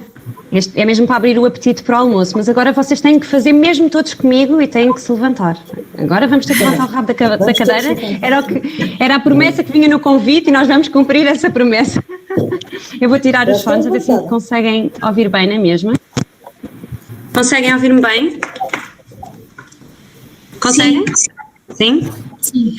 Eu vou experimentar fazer esta atividade com música, mas depois ficar assim muito ruído de fundo, eu depois tiro. Basicamente, nós agora acabamos de chegar à selva. E na selva vamos ver muitos animais, vamos ver tipo vacas, não é? Vemos vacas na selva? Não, pois não. Será que vemos leões? Se calhar vamos ver leões. No entanto, para os animais aparecerem, nós temos que fazer sempre a mesma coreografia. Vamos ter que bater as palmas, vamos ter que bater os pés, vamos ter que dar uma voltinha e pôr os binóculos. E é que eles vão aparecer. Portanto, eu vou colocar-me em pé agora. De quem eu vejo já também estão em pé. A Cláudia não está. Cláudia, não me deixes ficar mal. Vou então colocar a música. Ouvem bem a música e ouvem bem a mim, Cláudia? Sim? Então agora vamos começar por bater as palmas. E os pés? Esticar os braços e dar uma voltinha. Vamos pôr os binóculos e vamos ver uma girafa bem esticada. Estica, estica lá em cima.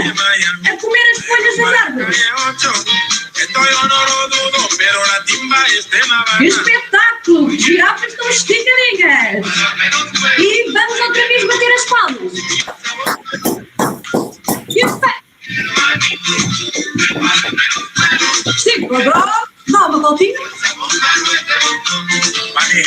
Vamos colocar os binóculos e vamos correr como um leão na selva.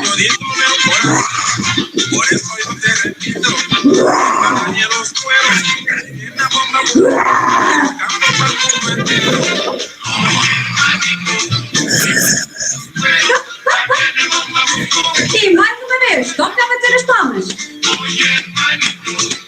E agora, o que é que temos que bater? Os pés, muito bem. Ao ritmo da música. E afasta os braços e dá uma voltinha. E agora temos que colocar o quê? Os binóculos, exatamente, professor. E agora, com os binóculos, vamos ver o macaco a trepar às árvores com os braços e com as pernas. Pode ser mais rápido.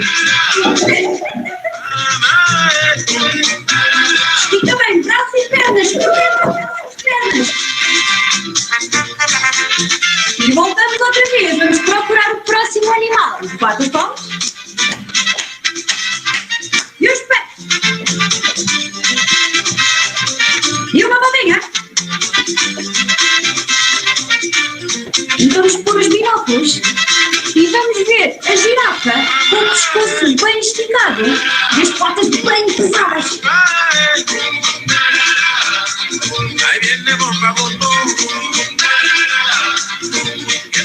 Estica bem a tromba lá para cima.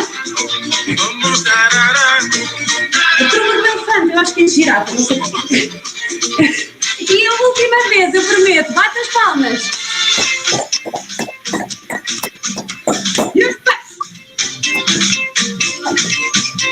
E uma bolinha.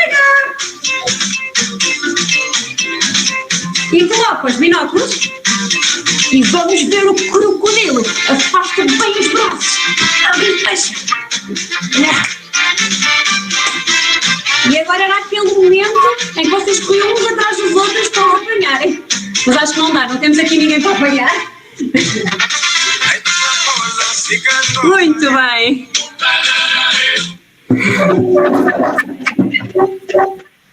Já abriram todos apetite para o almoço? Ativamos. Já? Este tipo de atividades, e era aquilo que também o educador Luís estava a dizer, isto ajuda muito também a aumentar, a potenciar a concentração e a atenção das crianças, não é? E de qualquer das formas estamos a fazer uma atividade simples, rápida e que vai exatamente ao encontro dos interesses deles, porque os animais andam na selva, é sempre uma loucura. Muito bom, muito bom. Ufa! Não sei se para vocês, mas deu para cansar. Ok, então vamos voltar aqui à nossa apresentação. Agora com muito mais concentração, porque o nosso corpo já gastou as suas energias, já satisfizemos as necessidades do corpo. Vamos aqui satisfazer as necessidades da mente. Então, na nossa perspectiva, e por isto tudo que estamos aqui a conversar hoje, podemos dizer que a psicomotricidade é a primeira inteligência da criança. Efetivamente, diferentes autores e de muitas áreas defendem que os primeiros anos de vida da criança são essenciais para a formação das primeiras aprendizagens complexas, porque é nesta fase, sobretudo nos 3 primeiros anos de vida, que as crianças adquirem conceitos fundamentais que serão a base no futuro das suas aprendizagens académicas. Conceitos adquiridos na primeira infância através da psicomotricidade, tais como o raciocínio lógico, a noção corporal, o reconhecimento das propriedades dos objetos, a percepção de conceitos opostos e, sobretudo, a sua experimentação através das brincadeiras, é isto que constitui os alicerces para as futuras aquisições académicas, como a leitura, a escrita e a matemática, que, como também já foi dito aqui hoje, apesar de lhes ser atribuída uma maior importância, não são mais importantes porque nem sequer são possíveis se não houver a psicomotricidade e esta exploração na primeira infância. Portanto, estes conceitos são, sem dúvida, intrínsecos à psicomotricidade e ao desenvolvimento infantil e ao desenvolvimento psicomotor, porque é através da experiência, é através da ação sobre o mundo, da ação com o nosso corpo, através dos movimentos livres do nosso corpo, que o indivíduo pode integrar todas as aprendizagens que aprende teoricamente e que está ao seu redor e que mais facilmente serão incorporadas no corpo, e é isso que nós queremos que as crianças consigam fazer, é que consigam incorporar as aprendizagens para que elas sejam adquiridas, consolidadas e não apenas passageiras. Por isso agora, a Catarina vai-nos explicar, finalmente, depois de tudo isto, se é que ainda não ficou claro, qual é a importância da psicomotricidade na infância. E também em jeito de conclusão, e acho que fazendo aqui uma boa ligação entre aquilo que já foi dito pelo educador Luís e depois também pelo professor Carlos, porque nós realmente estamos numa altura em que as crianças, principalmente que vivem em contexto citadino, acabam por não ter estas possibilidades, estas experiências, estas vivências que são naturais, que fazem parte de nós e que nos permitem desenvolver. A par disso, temos escolas cujo o espaço exterior é feito de cimento, não tem qualquer tipo de potencial exploratório. Muitos deles têm aqueles equipamentos de plástico que ao sol ficam quentíssimos, cheios de cores, sem texturas, sem outro tipo de experiências sensoriais. Depois as crianças até chegam àquele ponto que querem chegar ao escorrego e querem subir em vez de descer, mas aparece logo um educador ou um auxiliar que não permite que isso aconteça, porque o escorrego é para descer e não é para subir, por favor, não é? Porque é que haveriam de ter essa ideia na cabeça? A gente sabe disso, não é? Exato, e subir escorregas, como subir uma árvore, é muito importante para o desenvolvimento motor das crianças e não só, para o desenvolvimento emocional, da autoestima, da autoconfiança. E, portanto, esta nossa missão é levar um bocadinho às creches, às salas de aula e também aos espaços exteriores, sempre que temos possibilidade, e agora tem sido mais uma realidade, levar esta possibilidade das crianças vivenciarem. Nas nossas aulas nós chegamos a alturas em que andamos a fugir de ursos, há outras alturas que construímos tendas, há outras alturas que estamos a atravessar uma ponte num pântano que está cheio de crocodilos, e portanto isto acaba por, como a Cláudia também tinha dito há pouco, ir além do ouvir, do receber informação. As crianças têm a possibilidade de as experimentar, de as vivenciar e acaba por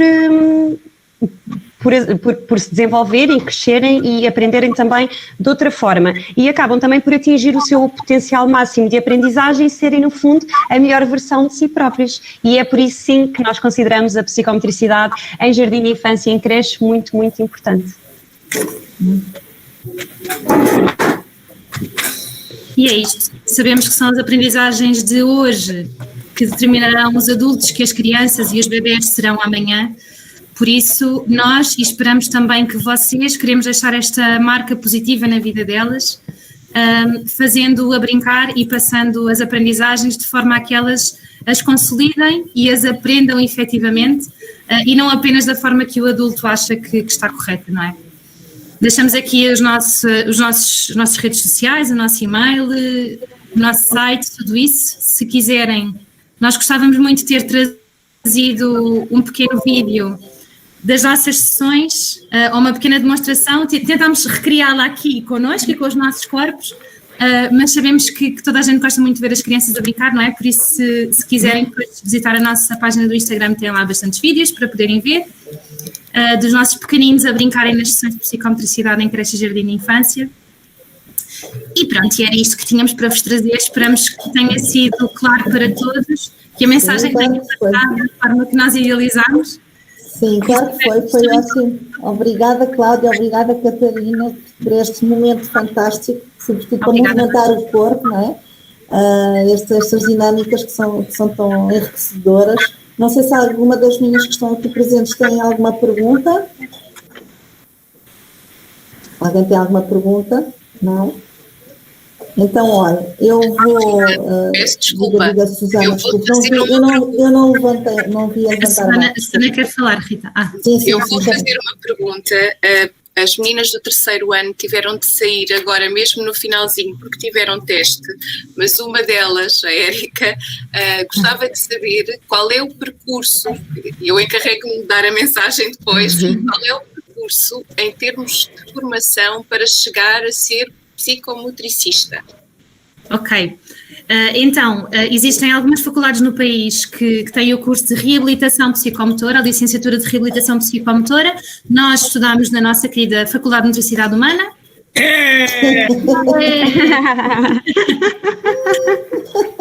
E é, no fundo, a grande referência em Portugal, não é? Portanto, a ser possível, é lá que queremos que os colegas... Exatamente. Mas há em mais sítios. Sim, também é na Universidade de Évora, na UTAD, no Norte, e penso que agora é só. Posso fazer só um pequeno comentário? Pode, sim senhor, Carlos, sim senhor. Eu, em primeiro lugar, gostei muito da apresentação que foi feita pela Cláudia e também pela Catarina. E falta uma terceira pessoa que eu não me recordo o nome. Mónica. E gostava de dizer que gostei muito do conceito que vocês avançaram de psicomotricidade a brincar. Acho uma ideia muito interessante, porque a psicomotricidade tem uma função restaurativa, se quisermos, terapêutica, de crianças que eventualmente tenham alguns problemas, mas também a psicomotricidade está lançada na escolaridade normal para crianças terem um conjunto de competências básicas que são fundamentais para a sua capacidade adaptativa, portanto, ao ensino formal, não é? E muitas vezes fazendo uma espécie de prevenção de problemas que eventualmente possam ter em aprendizagens escolares ou em dificuldades escolares. Mas, como sabem, a psicomotricidade ainda hoje vive dividida em duas concepções, uma de caráter mais neurológico e outra mais de caráter relacional.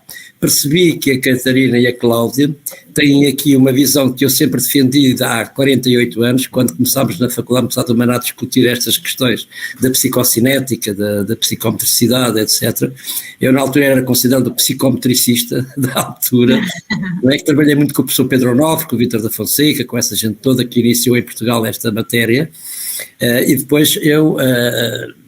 como estava ligado ao desenvolvimento motor, fui muito para a dimensão da motricidade infantil, porque trabalhava com crianças normais e essa área da psicomotricidade ficou muito ligada à educação especial e muito pouco ao ensino em geral. Mas, para além deste conceito ser muito interessante, porque a psicomotricidade, de facto, como um método, como uma identidade profissional e um contexto profissional pode ser, de facto, trabalhada nesta perspectiva que vocês apresentaram muito bem, de forma excelente, e este conceito de brincar aqui enquadrado principalmente nas primeiras idades é absolutamente essencial, mas principalmente a distinção que vocês fizeram entre o que é o adulto a trabalhar nestas áreas com uma dimensão muito centrada numa comunicação recheada de fantasia e de imaginação e, acima de tudo, dar muito valorização à chamada comunicação não verbal. Isto é, o nosso ensino é feito prioritariamente numa perspectiva de informação verbal. E a ausência de informação não verbal, isto é, linguagem expressiva do corpo, é um dos problemas mais graves que temos na comunicação com os nossos alunos, com a comunicação com as nossas crianças. Muitas vezes faz-se da comunicação verbal como o único mecanismo comunicacional, esquecendo de nós que antes das crianças aprenderem a falar, elas já estão a falar com o corpo. As linguagens do corpo são absolutamente fundamentais. E, portanto, os psicomotricistas que sabem isto muito bem, que a comunicação corporal, gestual, é um processo de comunicação extraordinariamente inteligente porque ele é prévio à linguagem, antecede a linguagem e estrutura o pensamento, como dizia João dos Santos e muito bem.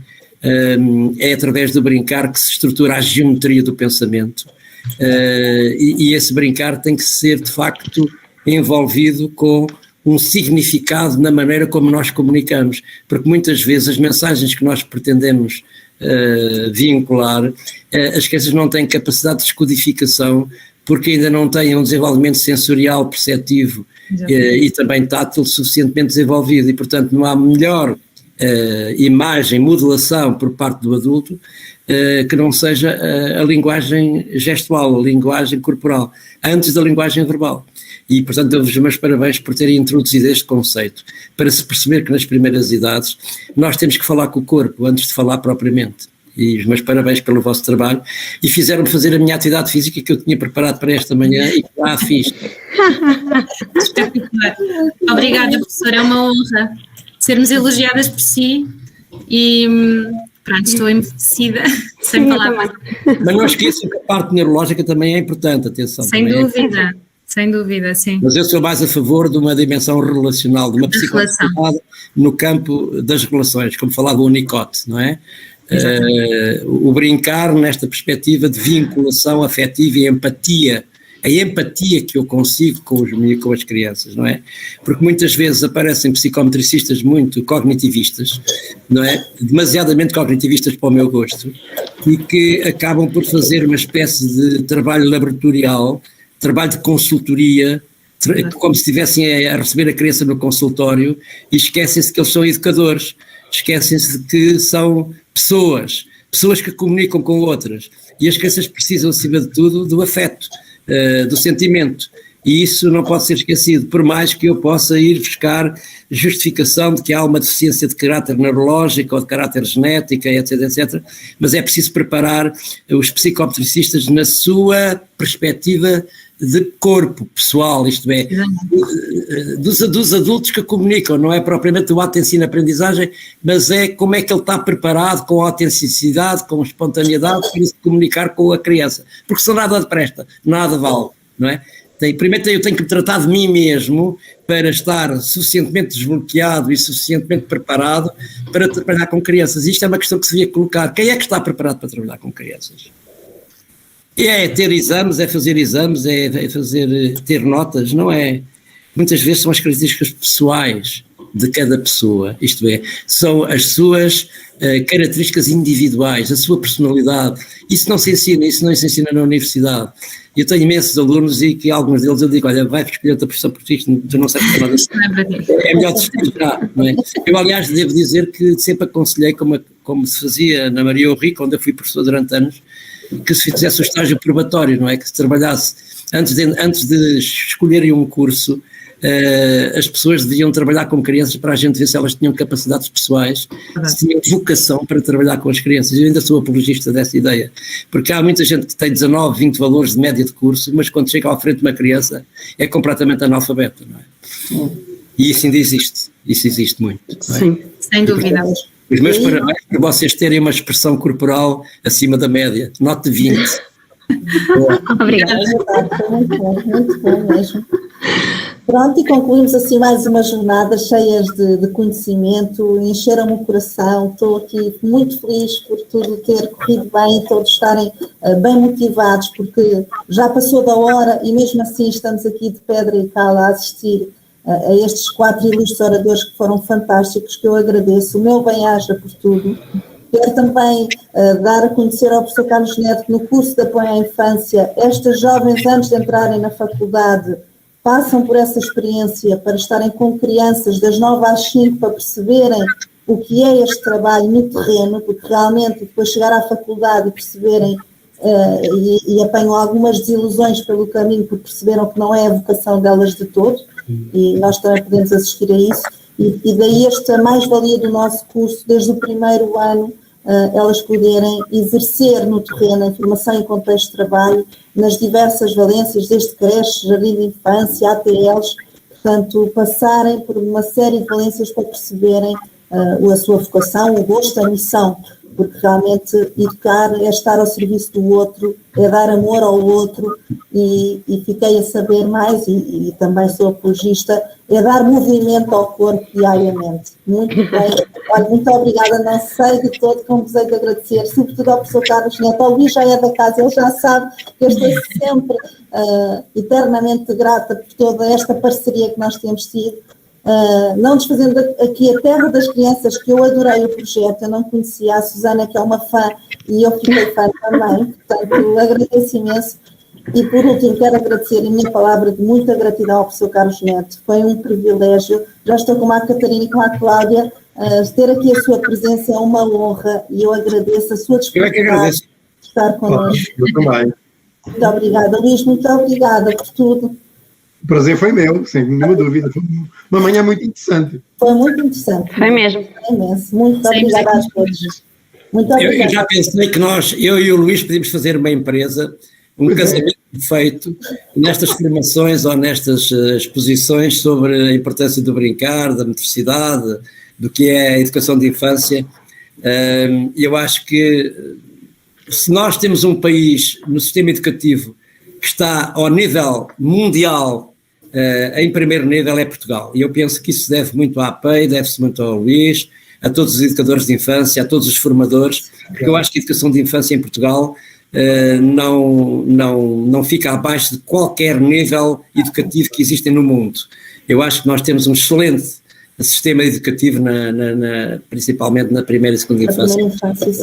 Não tenho dúvidas disso. Os meus parabéns ao Luís pelo trabalho que a APEI tem feito, com um curso de formação por tudo o que é país, com uma equipa extraordinária que tem à sua volta e mobiliza, portanto, uma ideia do que é o ensino, do que é a aprendizagem, do que é a vivência, do que é a essência da escola, notáveis. E, portanto, os meus parabéns. Porque a ele se deve muito o trabalho que se tem feito. Não, é só a mim. Agora deixa-me dizer isto, não. Isto parece que é um trabalho individual e não é. É exatamente o Carlos Neto e estarem tantas pessoas ligadas à prática e à investigação que as coisas têm funcionado. Eu só sou o elemento de catalisação, mais nada. O trabalho é de quem produz, na verdade, com crianças ou na investigação. Mas muito obrigado pelas palavras, professora. Muito obrigada, muito bom. E muito obrigado à Rita pelo seu projeto. E eu sempre disse que as escolas profissionais eram das coisas mais importantes no sistema educativo, ando a dizer isso há 40 anos, quando se acabou com o ensino profissional. Porque, de facto, eu, por exemplo, sou originário de uma escola industrial e comercial, onde fiz e entrei para a universidade com um saber prático, não é?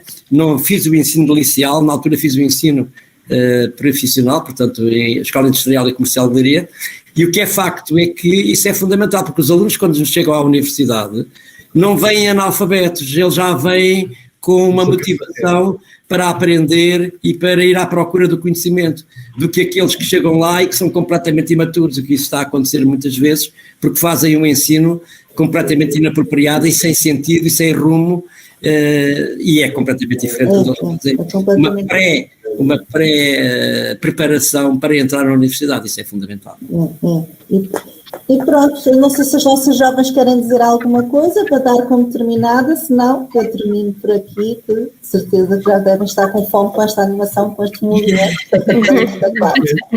Muito obrigada a todos. Muito obrigada. Obrigada por todos por terem aceito. Obrigada. Obrigada.